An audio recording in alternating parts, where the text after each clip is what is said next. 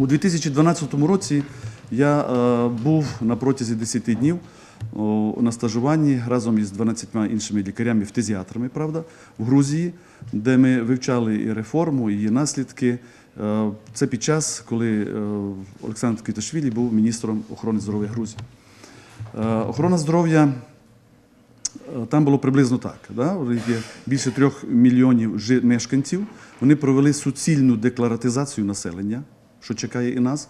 І в нас також це вже теж декларується, і всі думають, що для чого це робиться. Навірно, робиться для того, щоб фіскальні органи мали якісь інформацію про населення.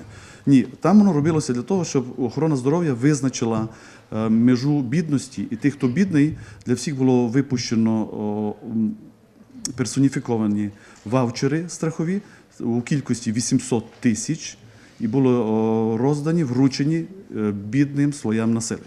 Це були іменні ваучери, які не можна передавати іншому. Вартість такого ваучера – $8,000. Отже, на $8,000 людина, яка є бідна, вона могла одержати екстрену або планову медичну допомогу в Грузії. Це склало 60% від загального об'єму страхових внесків. Інші 40% – це були страхові внески від роботодавців через страхові компанії. Все інше – це приватна медицина. Все інше – це платно. І ніяких винятків не робилося. Дуже жорстока медицина на базі економічних засад. Приблизно таке чекає у нас. Ми не Грузія. Ми значно більша країна, у нас не менше проблем. Я вважаю, що наша країна з більшим потенціалом, ніж Грузія, значно більшим, і природнім, і людським, і всяким іншим. Я вважаю, що в нас буде йти все по-іншому, але основні елементи будуть. На приватизацію в Грузії пішли і великі клініки. По типу обласної клінічної лікарні. Як це буде в нас йти? Чи це буде через страхові компанії, чи через фізичних осіб, чи через колективи, що цілком можливо.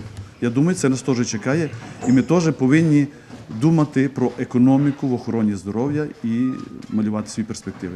Щоб не сталося так, що ми втратимо кадровий потенціал і втратимо всі ті наші гарні певні тенденції, те, що в нас є.